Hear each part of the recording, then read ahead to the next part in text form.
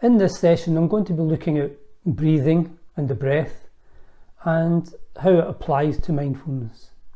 Now, by this stage, you'll already be well aware that breathing and focusing on breathing, noticing breathing, is probably the core of what we call a mindfulness practice. But why is that so, and why is it useful? I guess the first thing to say, again, an obvious statement, is, well, you're always breathing, or almost always breathing. You may occasionally take a wee pause like this. But then eventually, as anybody is when you were children, you used to have competitions to see who could hold their breath for the longest, or underwater for longest. And eventually the lungs just say, get this next breath in, get the next breath out. So we're always breathing. And that means that it's a really useful tool because it's always there for us to notice. We're not always in a situation where we can get the beauties of nature, for example, or a situation where we can mindfully eat or mindfully drink, but we can always mindfully breathe, just like this.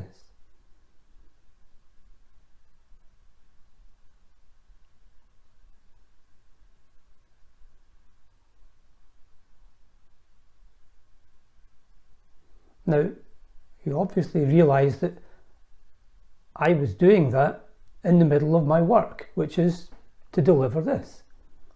And I paused from delivering that to be mindful, and I was mindful. I wasn't just doing it for demonstration purposes here. I noticed the cool freshness of the air flowing in, and I noticed the quiet, peaceful nature of the breath going out. And I'll come back to those sensations in a second. But it's really important that what we notice is something that we can glean something from. But the other thing to say about the breath is, because it's always with us, it's the great portable tool. It's not like having to go to the gym to find weights, or having to go up the stairs to find your weights in the house to do muscle building exercises. I've done this the exact same way as I just did a minute ago. I've done this at airports several times, when a plane is delayed. And rather than going, oh, for goodness sake, and looking at your clock and getting frustrated and irritated, all I do is wrap my bag around my hand because I'm about to close my eyes and make sure nobody steals it while my eyes are closed, and I just do it again. Breathing in, cool and fresh, breathing out, nice and calm. And it's there for me. I didn't have to look for it. So the availability and the portability of the breath is really, really useful. The next most important thing is, of course, the process of breathing delivers into the body the most important thing a human body requires. And this is one of the insights that mindfulness gives us that we usually take for granted and stop thinking about at all. When you ask people, what's the thing they value most in the world, they might say things like peace or prosperity or financial security or love or my family. But actually, force them to not breathe for 30 seconds and they'll very, very quickly realise what's the most important thing in their life, which is air. And you breathe in air. So mindfulness helps us, through noticing the breath, get that insight again, that realisation that breathing is vital, air is a necessity, and that then has consequent thinking in our head that we can do about pollution and the need to keep air clean, the fact that the air also keeps billions of other living things alive, trillions maybe even, absorbing, if you include absorbing the air that plants do. It's an astonishing thing, and we need to treasure it. And that then gives us a responsibility. It also gives us a sense of appreciation and gratitude and connection with the other living things. So this is all from noticing a breath. Now to the sensations themselves. Now, if you suffer from asthma or some other respiratory disease or challenge, then breathing might not be pleasant. And if it's not pleasant, I would advise you to find something else as your main focal point. My other preference is my feet in the ground or my legs and my back on the chair, and just noticing connection, touch, stability, stillness. So maybe that's something that people with breathing difficulties can use. But for me, it's a beauty, it's a pleasure to notice the breath. Do it again. And one thing I advise people to do is to try to notice your breath as if you've never noticed it before. So as if this is a first time novel experience for you. And wow, what a powerful sensation it is to breathe in slowly and deliberately. Feel the coolness, the freshness, almost like the life going into your lungs. Now, of course, I couldn't notice the out-breath there because I was speaking while I was breathing back out. So let's do the out-breath now, which means, of course, I'll have to breathe in first and then breathe out. So bear with me.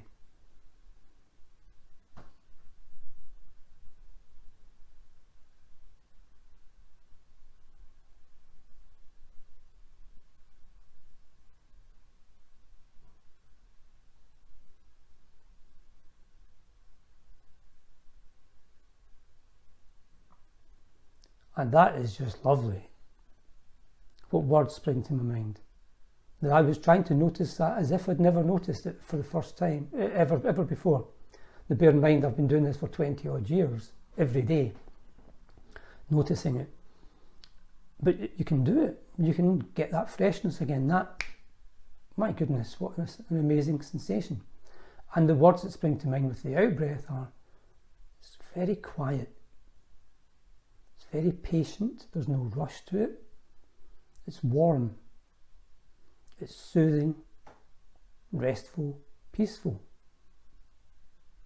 Now I summarise the in-breath and the out-breath in my own practice, in my own head, and when I'm teaching often, is clear and calm. Feel it. Clear, it is clear, clarifying. Calm. Now, these are lovely words, and they have connotations to the mind. They have associations. The clear breath, now these are physical sensations of touch, air flowing in through the nostrils, those very sensitive nerve ends. But when you think, or not think, that's not quite the right word, when you experience the word clear as you're breathing in and you apply it to the mind, you can think of a clear mind. Vast, empty mind. And that has lovely positive effects on us in that moment, and I think lingering and cumulative in the long run. Similarly, when you think calm or peaceful, which I think is a beautiful word to use, when you breathe out and you then apply that meaning to the mind, a mind being calm, that's really special. A mind being at peace is probably the ultimate aim for many people in life, especially those who don't have peace. So let's summarise this. The breath is the most basic and used tool of mindfulness. So it's the thing that people notice deliberately, because it anchors you into something that's generally pleasant. So that when your mind wanders and you notice it, or you get upset or annoyed or impatient or bored, you can just notice it, gently let those fall away by taking your attention to the breath. And that's you now anchored again. body's stable and still because of our positioning, and the breath is regular, and it's like a clock.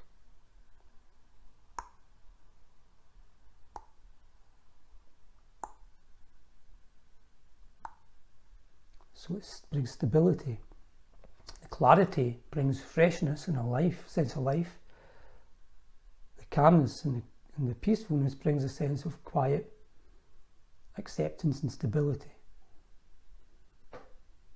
When we do this over a period of time, the mind and the body can become very stable and clear and peaceful, and that can accumulate in our life in what I call our good buckets and our bad buckets. Bad buckets are where our life experiences that are negative go in the brain. The good bucket is where the good ones go, and we know that there's a bias towards the negative. So if we keep on practicing, we put more and more sense of being clear, sense of being calm and peaceful into the good bucket, and that helps shape how we see life. Finally, the breath also then combats the mind wandering. If it wanders, if you get upset, whether in a practice or, more importantly, in everyday life, you can just go. Now, I don't know from where other countries are coming from in terms of their sort of folk culture, but I grew up with my granny and my mum telling me, whenever I get annoyed, she says, just take a deep breath and count to 10. That's mindfulness, that's pure mindfulness. You have a negative thing in your mind. What do? You don't suppress it, because that's not healthy. Just gently take your mind somewhere else. Notice the breath. You can count to 10 if you want to, or just notice the breath. It allows the negative thing to fall away and replace it with something pleasant and peaceful. So that, to my mind, is why we do breathing exercise when we do mindfulness. Hope you found that useful and helpful, and continue to be mindful and do the practices as much and as often as you can. It will change your life so much for the better. Take care. Thank you. Bye.